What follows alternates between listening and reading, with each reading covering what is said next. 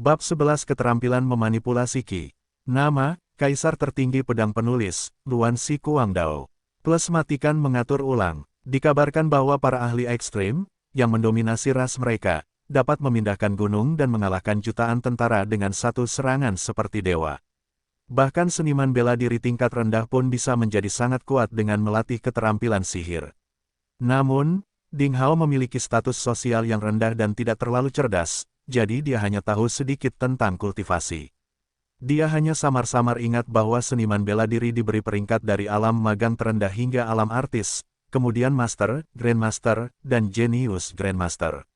Dia tidak dapat mengingat apa yang terjadi setelah itu. Secara umum, langkah pertama dalam kultivasi adalah melatih kekuatan fisik secara ekstrim. Kemudian, seseorang dapat mengembangkan keterampilan sihir manipulasi Qi dengan menstimulasi benih Qi ajaib di dalam dantiannya.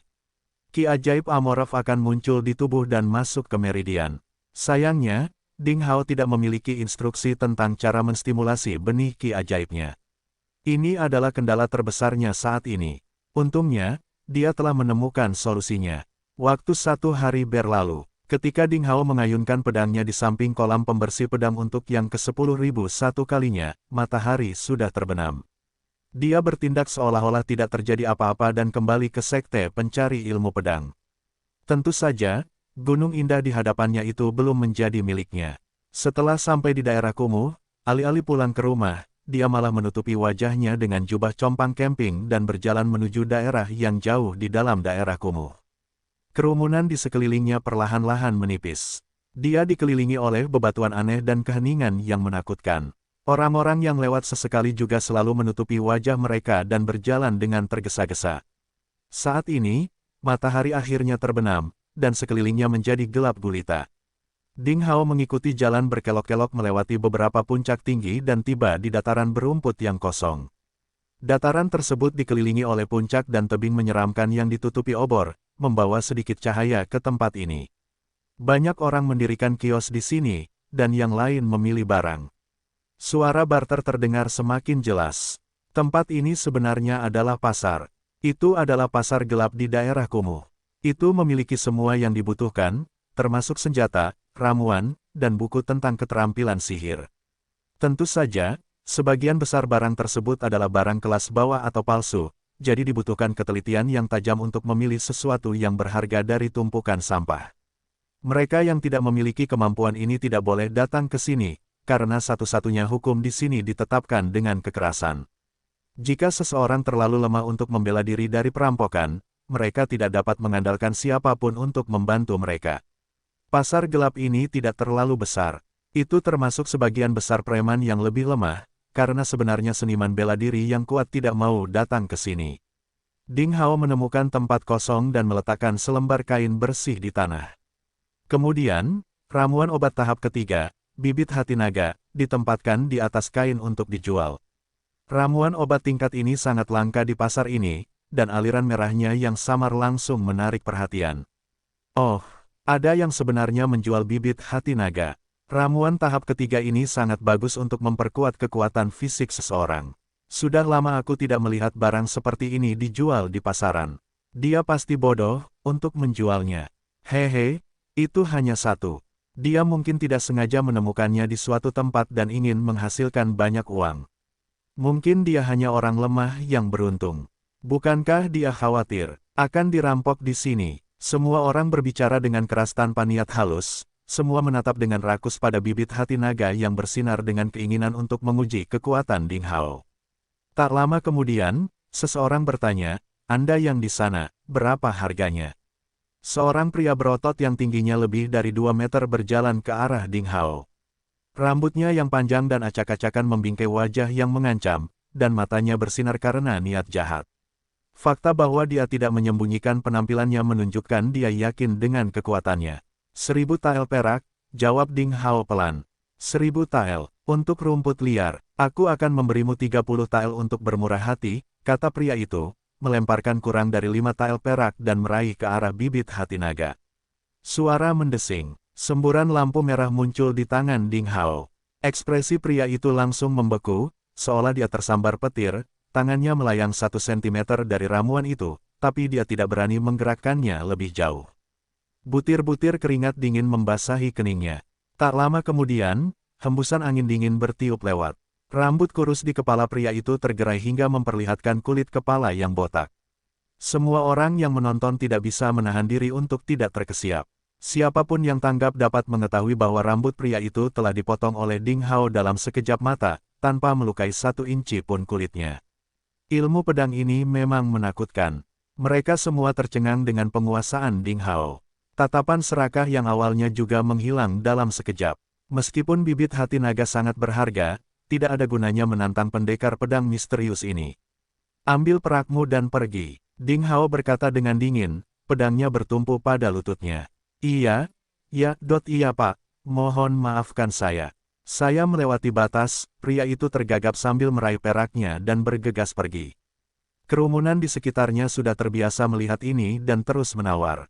Bibit hati naga sangat berharga dan merupakan pilihan terbaik bagi banyak seniman bela diri tingkat rendah, sehingga banyak pembeli yang mampir ke kios ini. Ding Hao tetap teguh pada harga yang wajar, dan dia dengan mudah menjualnya dalam waktu kurang dari 1 jam. Uang ini, dikombinasikan dengan daun perak dan emas yang diambil dari Zhao Xingcheng dan Song Jianan, berjumlah lebih dari 1.600 tael perak. Ini akan menjadi keberuntungan baginya sebelumnya, tapi sekarang. Ding Hao menutup toko dan berjalan-jalan di sekitar kios lainnya. Dia segera menyadari bahwa jumlah uang ini bukanlah apa-apa. Beberapa menit kemudian, dia berhenti di depan sebuah kios yang menjual buku keterampilan sihir tingkat rendah, ketika sebuah buku berjudul Keterampilan Manipulasi Qi menarik perhatiannya. Sedangkan untuk manual keterampilan sihir dasar yang dijajakan di pasar gelap, sisa salinan misterius dari teks asli atau yang berkualitas tinggi, selama itu adalah salinan biasa yang dicatat secara manual, biasanya tidak ada alasan untuk mencurigai bahwa itu palsu. Itu adalah salah satu aturan perdagangan yang tidak tertulis. Formula pemandu Qi adalah metode tingkat terendah untuk melatih keterampilan mistik. Itu bahkan tidak dianggap sebagai keterampilan biasa tetapi hanya keterampilan biasa. Dengan demikian, ia tidak dapat diklasifikasikan ke dalam salah satu dari 4 tingkatan utama, ilahi, surgawi, bumi, atau manusia. Tentu saja, tidak ada risiko salinan palsu yang ada di pasaran. Meski begitu, harganya juga tidak murah bagi masyarakat awam. Ding Hao melihatnya sekali, dan membayar 500 tael perak untuk membeli manualnya setelah mengetahui bahwa tidak ada yang salah dengan itu. Dengan panduan formula pemandu Qi ini, ditambah dengan kemampuan pemahaman dunia lain, dia dapat mencoba memicu benih mistis Qi. Sekarang, dengan cara ini, dia bisa mencapai terobosan sebelum hari ujian masuk ke sekte pencari ilmu pedang tiba dan meningkatkan peluangnya untuk bergabung dengan sekte tersebut. Selain itu, Ding Hao membutuhkan panduan teknis, yang dapat memberikan pengenalan umum tentang sistem seni bela diri dan panduan berbagai teknik komunikasi di dunia ini, sehingga dia dapat memperoleh pemahaman yang lebih baik tentang tempat yang dikenal sebagai tanah tanpa batas. Dia segera mendapat imbalan setelah melanjutkan pencariannya kemana-mana.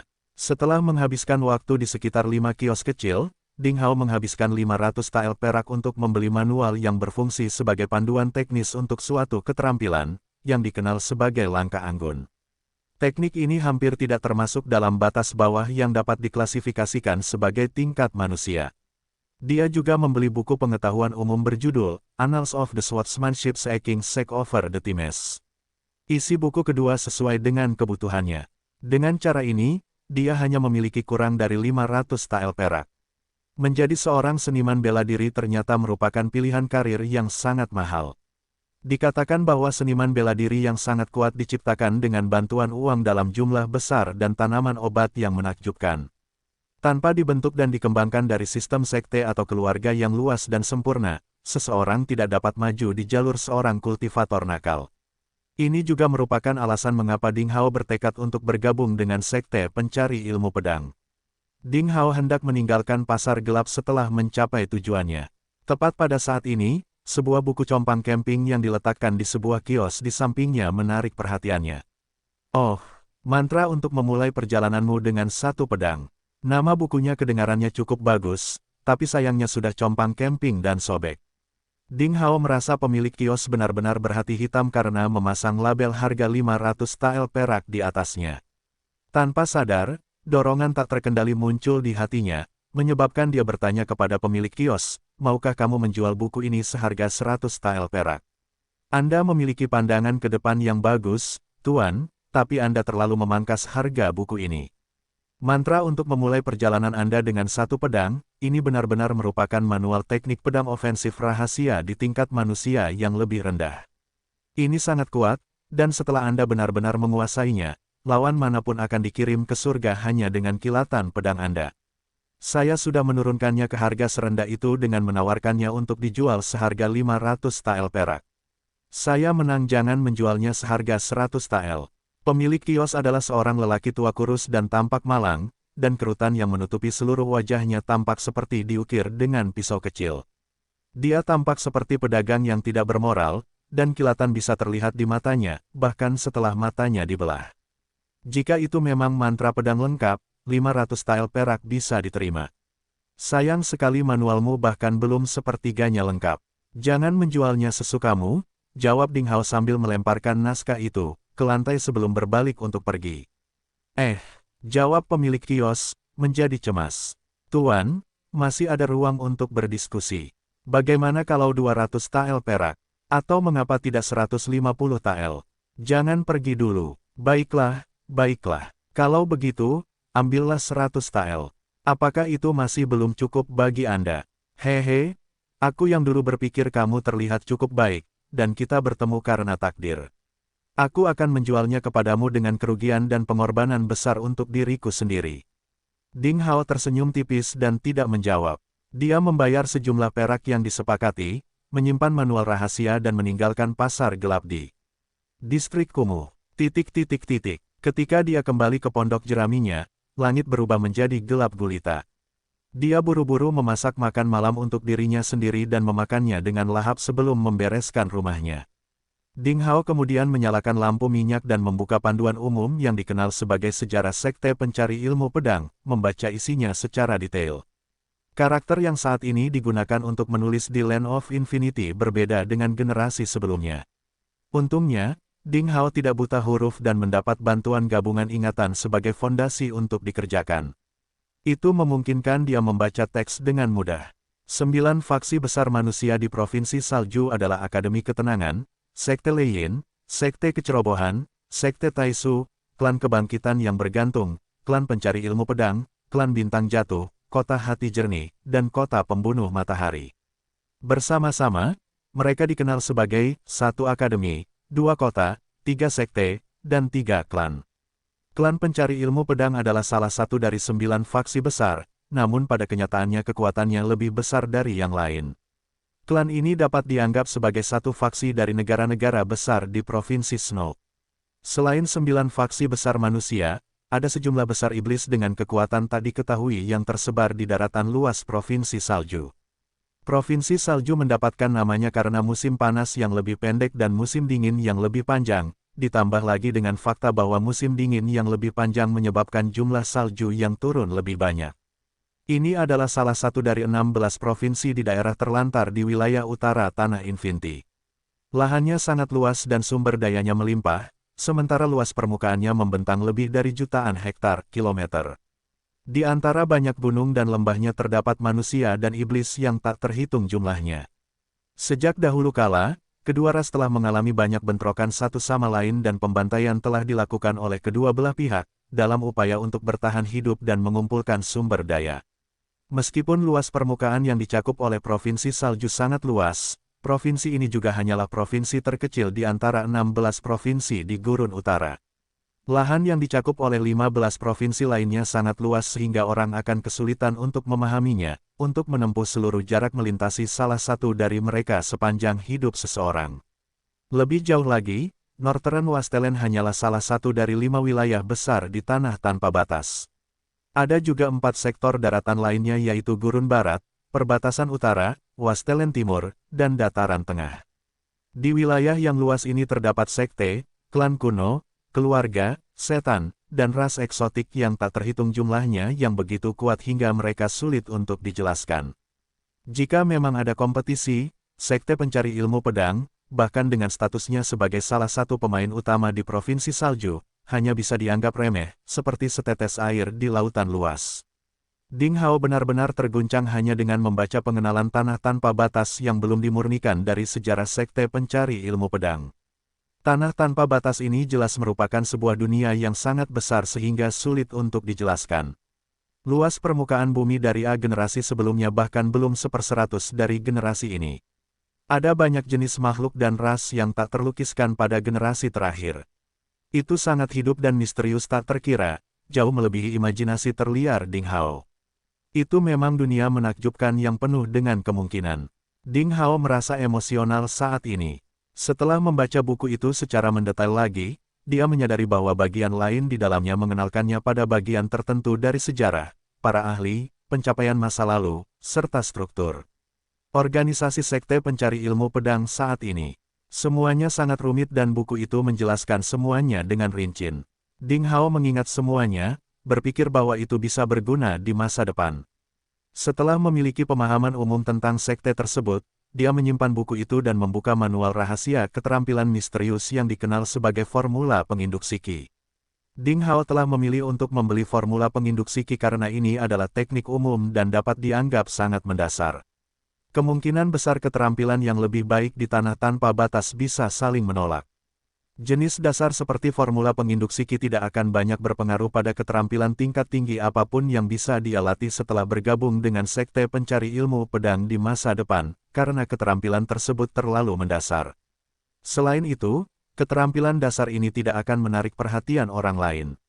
Setelah membalik halaman isinya, dia menyadari bahwa bab pembuka dipenuhi dengan karakter-karakter kecil. Qi adalah hal yang luar biasa. Kekuatan yang dikeluarkan oleh keterbatasan tubuh fisik adalah kekuatan yang tidak terlihat. Dapat memecahkan prasasti batu, memindahkan gunung dan lautan. Dapat menentang langit dan mengubah nasib, dapat memperpanjang umur, dan membuat segala sesuatu muncul dari ketiadaan. Qi yang luar biasa ini, menyerang 12 meridian utama tubuh manusia secara berurutan, dan menyempurnakan titik akupuntur. Dengan cara itu, kekuatan tertinggi dihasilkan dan ini adalah fondasi seorang seniman bela diri. Ding Hao dengan cepat tenggelam dalam isi buku itu.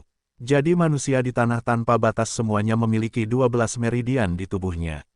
Dan di setiap meridian, ada 9 titik akupuntur utama.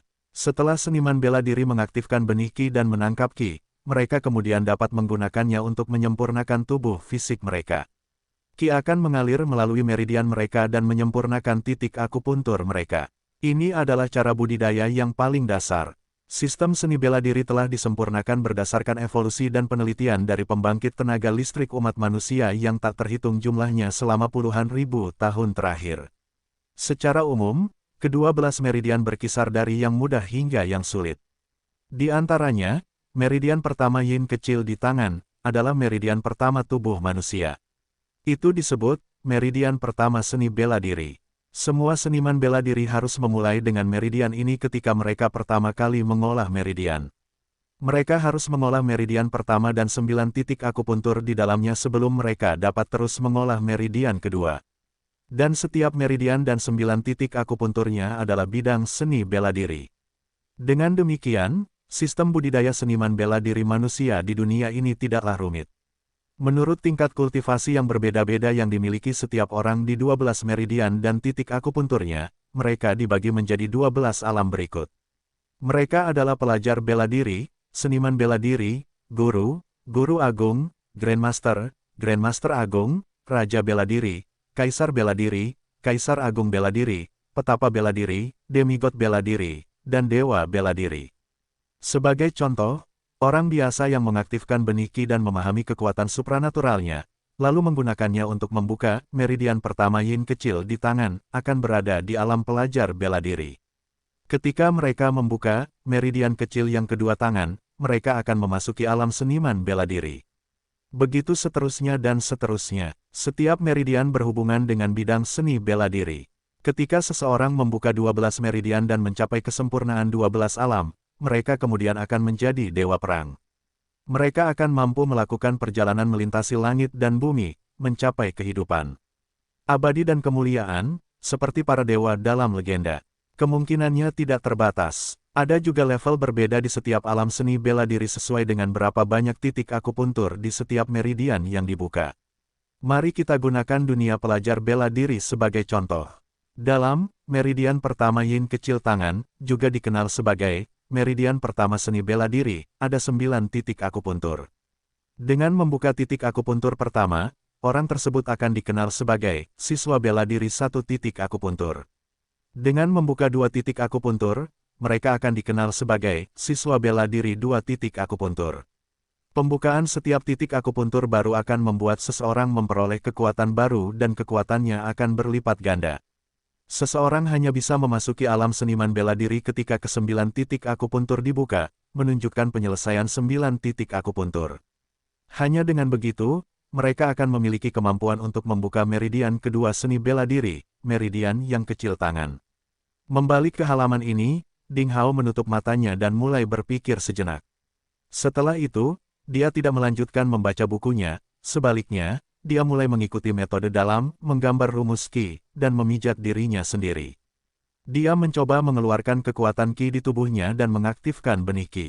Secara teoritis, ada prasyarat untuk mengaktifkan benih Qi. Artinya, kekuatan fisik harus berada pada kondisi puncaknya. Ia juga harus memenuhi 5 syarat utama, yaitu, darah yang melimpah, tulang yang kuat, organ yang halus, darah yang seperti kristal, dan pengendalian yang baik. Di masa lalu, Ding Hao belum menjalani pelatihan sistematis, dan pasti tidak akan memenuhi persyaratan tersebut. Namun, setelah perubahan aneh yang dialaminya di gua di tebing, tubuh Ding Hao tampak berada dalam keadaan misterius. Kekuatan dan kualitasnya meningkat berkali-kali lipat. Bahkan Ding Hao sendiri tidak tahu seperti apa kondisi tubuhnya saat ini. Karena itu, dia siap mencobanya. Benih Qi adalah sebuah metafora. Ding Hao mengikuti metode menggambar rumus Qi. Dia menenangkan napasnya dan mencoba menemukan Qi yang tak terlihat di tubuhnya. Dia segera merasakan aliran Qi yang lambat di dantiannya. Itu terlalu sederhana. Ini adalah langkah pertama untuk mengaktifkan benih Qi, dan ini disebut menggambar Qi. Menurut uraian dalam menggambar rumus Qi, orang biasa harus mencoba setidaknya puluhan ribu kali sebelum mereka berhasil menggambar Qi. Lanjutkan. Ding Hao memanggil Qi yang lemah di tubuhnya dan mengumpulkannya ke tengah dantiannya tanpa henti. Kemudian, dia mulai merangsang pusarnya dengan pola yang aneh. Seperti sebelumnya, hampir pada saat Ding Hao memikirkannya, Qi suci berwarna putih keperakan yang seperti benang sutra, tumbuh di bawah pusarnya. Kemudian dengan cepat memadatkan putarannya dengan cepat. Dalam waktu kurang dari beberapa saat, benih seukuran ibu jari terbentuk. Bentuknya lonjong, jernih, dan bersinar cemerlang. Itu berputar perlahan, tegas dan alami di dantian Ding Hao. Benih Qi, saya berhasil begitu cepat. Ding Hao sangat terkejut. Menurut menggambar formula Qi, bahkan para jenius seni bela diri dengan fisik khusus dan bakat langka akan menghabiskan banyak waktu dan energi untuk mengaktifkan benih Qi mereka. 10 hari dianggap sebagai jangka waktu normal. Menyelesaikannya dalam 1 hari akan mengejutkan dunia. Sementara itu, Ding Hao melakukannya dalam waktu kurang dari 5 menit dan berhasil. Ini, terlalu cepat, bukan? Haha, mungkinkah aku adalah satu dari 10 juta orang jenius? Ding Hao hampir tidak bisa mengungkapkan keterkejutan yang dia rasakan. Sebagai mantan gek, harga dirinya telah sangat terpuaskan. Setelah dia menikmati kebahagiaan untuk beberapa saat, Ding Hao memaksa dirinya untuk tenang dan memasuki kembali kondisi pikiran yang tenang. Dia terus menggunakan metode menggambar formula Qi, dan mulai menghangatkan benih Qi, menyempurnakan dan meningkatkan Qi-nya. Benih Qi harus dihangatkan dan disiram agar dapat terus tumbuh. Dan hanya setelah terpuaskan, ia akan bertunas dan berkecambah, memberi makan kembali ke dalam tubuh manusia. Ini akan menghasilkan Qi dan mengubah tubuh fisik seseorang, sehingga menimbulkan transformasi batin yang halus. Kemudian, akan membuka harta karun yang tersembunyi di dalam tubuh manusia. Ini pada dasarnya adalah alasan mengapa seniman bela diri menjauhkan diri dari orang-orang biasa. Bakat luar biasa Ding Hao kembali muncul. Dalam waktu kurang dari 2 jam, Ding Hao memuaskan benih Qi-nya. Di inti dantiannya, benih Qi bersinar cemerlang seperti salju putih dan es keras. Itu memancarkan pesona yang tak terlukiskan ketika gumpalan Qi perak mengelilingi dan berputar di sekitar benih Qi. Menurut menggambar rumus Qi, ini berarti benih Qi telah disempurnakan dan dia secara resmi telah memahami Qi. Dilihat dari alam, dia berada di level siswa bela diri kelas menengah. Ding Hao membuka matanya dan perlahan bangkit. Dia merasakan perubahan di tubuhnya setelah mengaktifkan benih Qi. Ding Hao berbalik untuk meninggalkan gubuk dan masuk di halaman. Dia memegang pedang berkarat di tangannya dan berlatih tanpa henti serangkaian pola dasar pedang. Kemudian, dia berlatih pedang silang cepat. Di bawah sinar bulan putih keperakan, sekelompok cahaya pedang merah berkelap-kelip. Mereka berguling maju mundur, dan pedang itu bersiul. Itu gratis dan santai. Gerakan Ding Hao berkembang dari lambat menjadi cepat dan kemudian melambat dari cepat menjadi sangat lambat. Dia tenggelam dalam keadaan misterius. 4 jam berlalu dalam sekejap mata dan bulan tergantung di tengah langit. Pergerakan Ding Hao sangat lambat sehingga tidak bisa melambat lebih jauh lagi. Itu seperti gerakan lambat dalam film tetapi memiliki daya tarik tertentu. Jika seseorang menatap lintasan pedang berkarat di sampingnya, mereka pasti akan merasa lelah, pusing, dan pingsan dalam beberapa saat. Kekuatan pedangnya jauh melebihi skill pedang biasa. Yang lebih jarang lagi adalah Ding Hao tidak berkeringat sebanyak sebelumnya. Sebaliknya, dia hanya mengeluarkan beberapa tetes keringat yang halus dan jernih. Suara mendesing. Ding Hao menyimpan pedangnya yang berkarat dan mengangguk, puas. Dulu aku merasa lelah saat berlatih pedang lebih dari 10 kali. Keringat juga terus mengalir dari pori-poriku. Ini sebenarnya adalah hilangnya energi yang tidak normal dari tubuhku. Sekarang, pada dasarnya aku bisa mengunci energi di tubuhku, dan hanya berkeringat sedikit meskipun aku melatih ilmu pedangku selama lebih dari 6 jam. Terlebih lagi, aku tidak merasa lelah sama sekali. Ini rahasia mengaktifkan benih Qi kan. Ding Hao perlahan mengerti misteri Qi.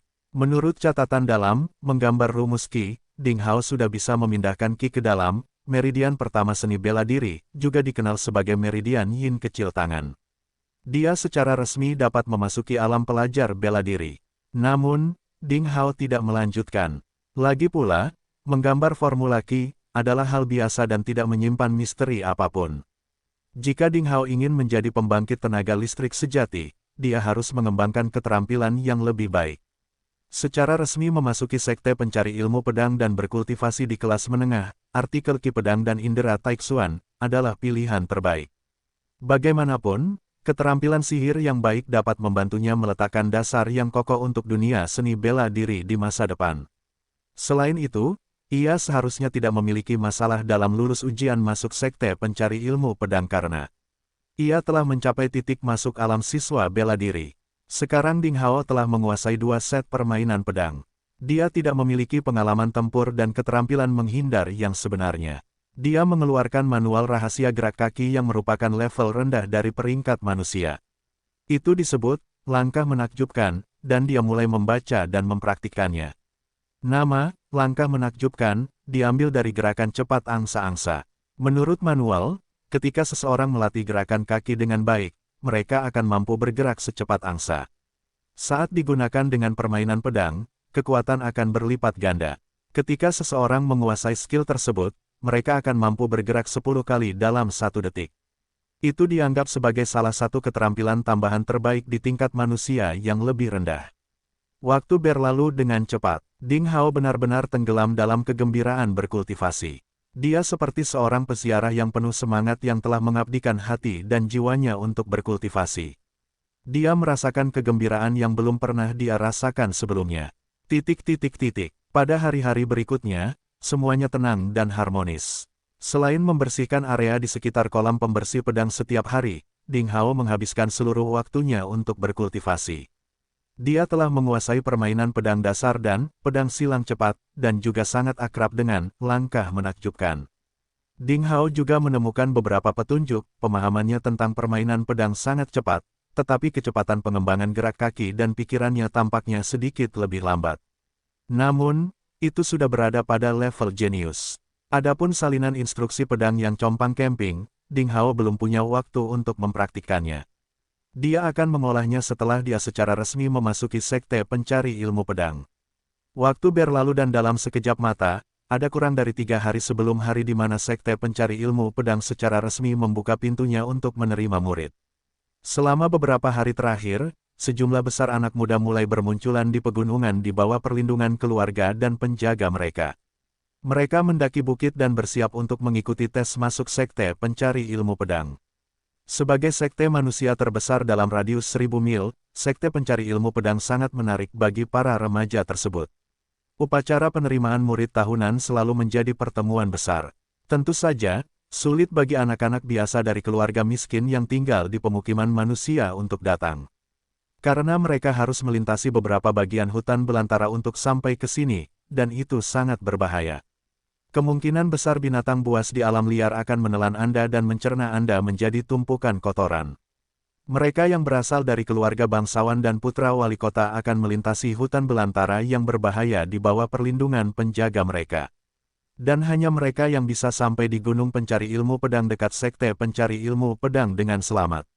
Ada pengecualian, orang-orang seperti Ding Hao, yang berasal dari keluarga miskin tetapi tinggal di depan pintu sekte pencari ilmu pedang, memiliki keunggulan secara geografis.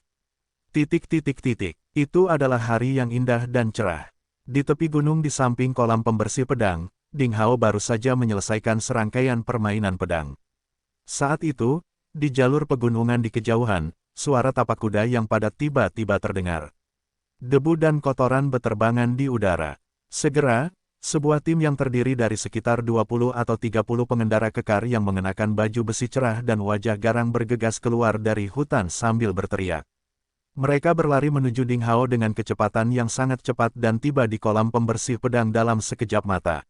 Berhenti, seorang pemuda tampan berusia sekitar 13 tahun berdiri di depan. Dia mengulurkan tangannya dan melambai ke arah belakang. Semua pengendara memperketat kendali mereka dan berhenti. "Hei, anak muda, apakah ini tempat sekte pencari ilmu pedang berada?" Pemuda itu memandang Ding Hao dan melambaikan tanaman tunggangannya, bertanya dengan keras dengan sikap merendahkan. "Benar," Ding Hao mengangguk. "Dalam beberapa hari terakhir, banyak sekali orang yang datang mengunjungi pegunungan. Ada banyak sekali orang yang lebih sombong dari bocah ini. Apalagi para pebalap ini terlihat garang dan kuat. Mereka adalah orang-orang yang menyaksikan pertumpahan darah dan kematian. Seorang pria sejati tidak akan berdiri di bawah tembok berbahaya, dan tidak perlu membuat masalah dengan orang-orang ini. Hah, kita sudah menempuh perjalanan sepanjang sore. Kita akan istirahat di sini sebentar sebelum naik gunung." Pemuda tampan itu melompat dari kudanya dan menyerahkan kendali kepada seorang pejuang di belakangnya. Dia berjalan cepat ke kolam pembersih pedang dan mengambil air jernih untuk mencuci wajahnya. Dia tertawa keras dan berbalik, berkata, "Ini adalah tanah sekte pencari ilmu pedang dan tidak ada monster di sini.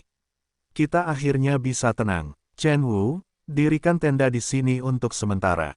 Sepupu Yiruo, datang dan istirahat dan membersihkan kotoran dari tubuhmu." Pria kekar berkumis bernama Chen Wu setuju dengan lantang. Ia kemudian memerintahkan pengendara lainnya untuk mendirikan tenda dengan mudahnya. Seorang gadis cantik mengenakan gaun panjang berwarna putih bersih perlahan muncul dari kerumunan.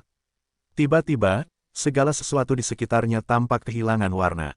Gadis itu berusia sekitar 14 atau 15 tahun. Sepertinya matanya dicat, garis wajahnya sempurna, hidungnya indah, dan bibirnya merah dan sangat menggoda.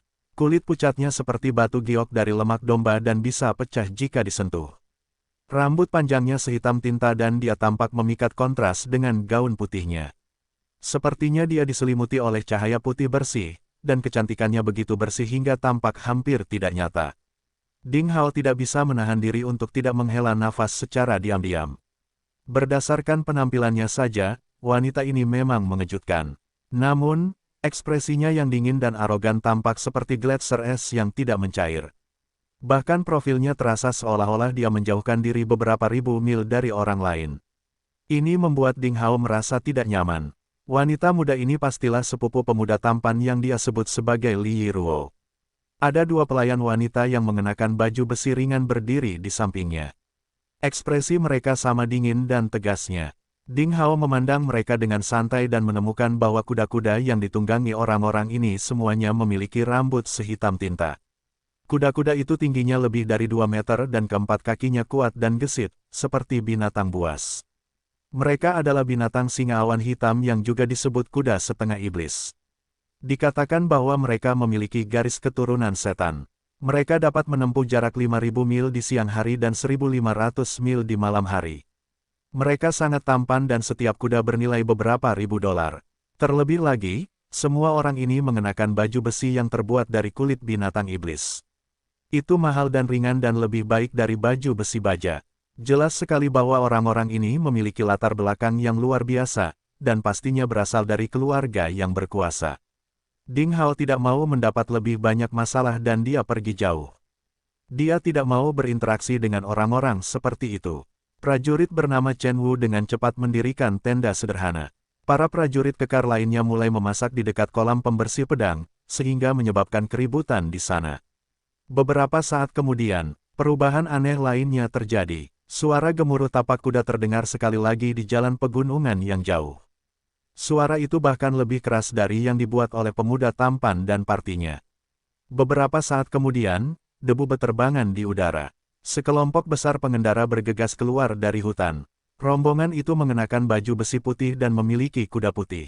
Seolah-olah itu adalah bola salju yang menggelinding melintasi daratan, berlari kencang seperti angin. Mereka sampai di sebelah kolam dalam sekejap mata.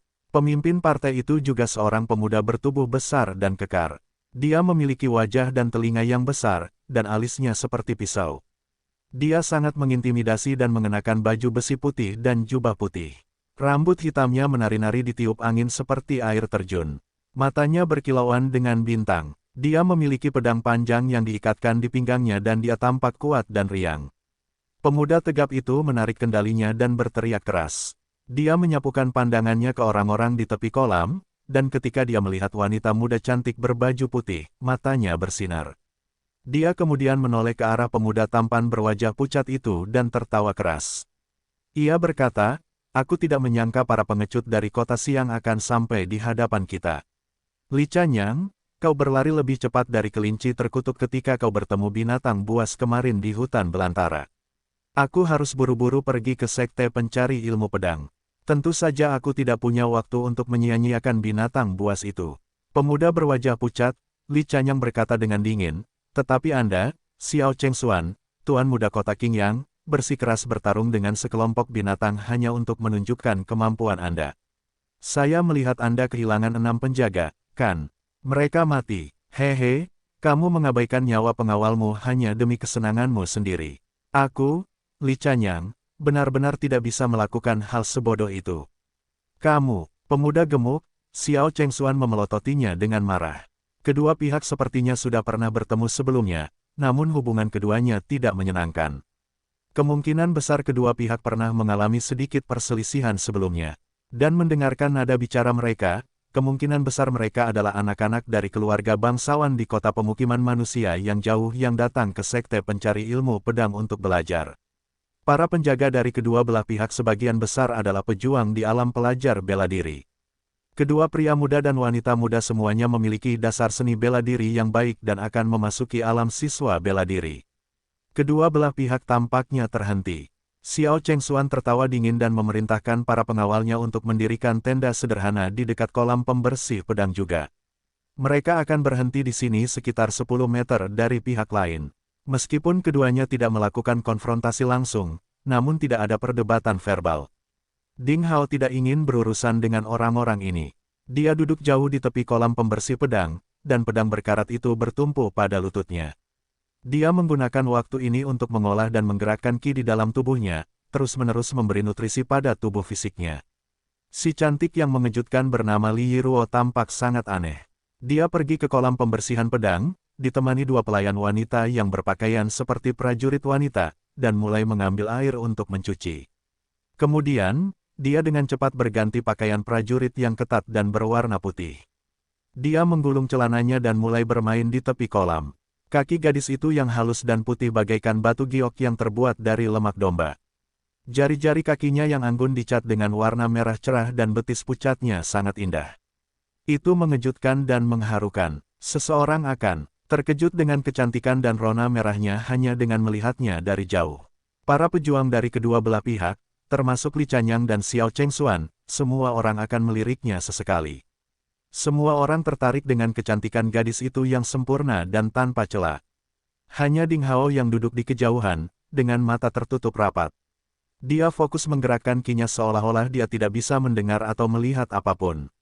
Meskipun dia mengenakan pakaian kain, dia sepertinya memancarkan perasaan bahwa dia bukan milik dunia ini. Auranya melayang seperti dewa, membuatnya tampak sangat tampan. Li Yiruo segera menyadari Ding Hao. Tentu saja, angsa kecil yang sombong hanya perlu sedikit menggerakkan bibirnya, dan lekukan arogan dan menghina muncul di sudut bibir indahnya. Dia telah melihat terlalu banyak pria muda di masa lalu yang mencoba menarik perhatiannya dengan berperilaku berbeda dari yang lain. Perilaku seperti ini menggelikan dan kekanak-kanakan bagi Li Yiruo. Dia tidak akan merendahkan dirinya untuk memperhatikan pemuda malang yang mengenakan pakaian murahan dan tidak memiliki masa depan hanya karena rasa penasarannya yang membosankan. Seiring berjalannya waktu, tengah hari mendekat dan matahari semakin terik. Hal-hal aneh terjadi setiap tahun. Namun ada jumlah insiden serupa yang luar biasa pada tahun ini. Tidak diketahui kapan bayangan hitam aneh perlahan mendekat dari daratan luas dekat hutan di kejauhan. Itu adalah sosok yang kurus dan lemah. Tampaknya hampir kehilangan seluruh kekuatannya. Ia tersandung perlahan, tapi pasti menuju kolam pembersih pedang. Hanya ketika mendekat, seseorang dapat melihat dengan jelas bahwa itu adalah seorang pemuda kurus dan lemah berusia sekitar 14 tahun. Pakaian kasarnya sudah compang camping, terkoyak oleh duri. Kulitnya yang terbuka dipenuhi kotoran dan berdarah. Rambut hitamnya kusut berantakan seperti jerami. Lengan dan betisnya yang kurus dan lemah terlihat, dan di permukaan kulitnya yang kecoklatan, terdapat berbagai jenis luka. Pemuda misterius itu membawa keranjang bambu di punggungnya. Ada sobekan kain yang menutupi keranjang. Tidak ada yang tahu apa itu dan kelihatannya agak berat. Dia tersandung tanpa alas kaki, tampak sedikit pusing saat dia bergoyang ke depan, menginjak pasir panas yang membara selangkah demi selangkah seolah-olah dia sedang membawa gunung besar di punggungnya. Ada sepasang mata di bawah rambutnya yang acak-acakan, seterang bintang di langit malam. Mereka memiliki pesona yang tak terlukiskan seolah-olah akan membuat hati seseorang hancur dan mabuk saat melihatnya. Air. Ketika dia melihat kolam pembersih pedang, pemuda berkulit sawo matang itu terkejut. Dia bergerak lebih cepat, tersandung dan bergegas ke arah itu. Ketika dia akhirnya mencapai kolam, dia jelas telah menggunakan seluruh kekuatan di tubuhnya. Dia dengan hati-hati meletakkan keranjang di tepi kolam, ingin berlutut dan mengambil air jernih dengan kedua tangannya. Namun, terjadilah bunyi celepuk dan tanpa sengaja ia terjatuh ke perairan dangkal dan alang-alang. Dia bahkan tidak repot-repot memanjatnya. Dia hanya berbaring di air dan meneguk air dengan rakus.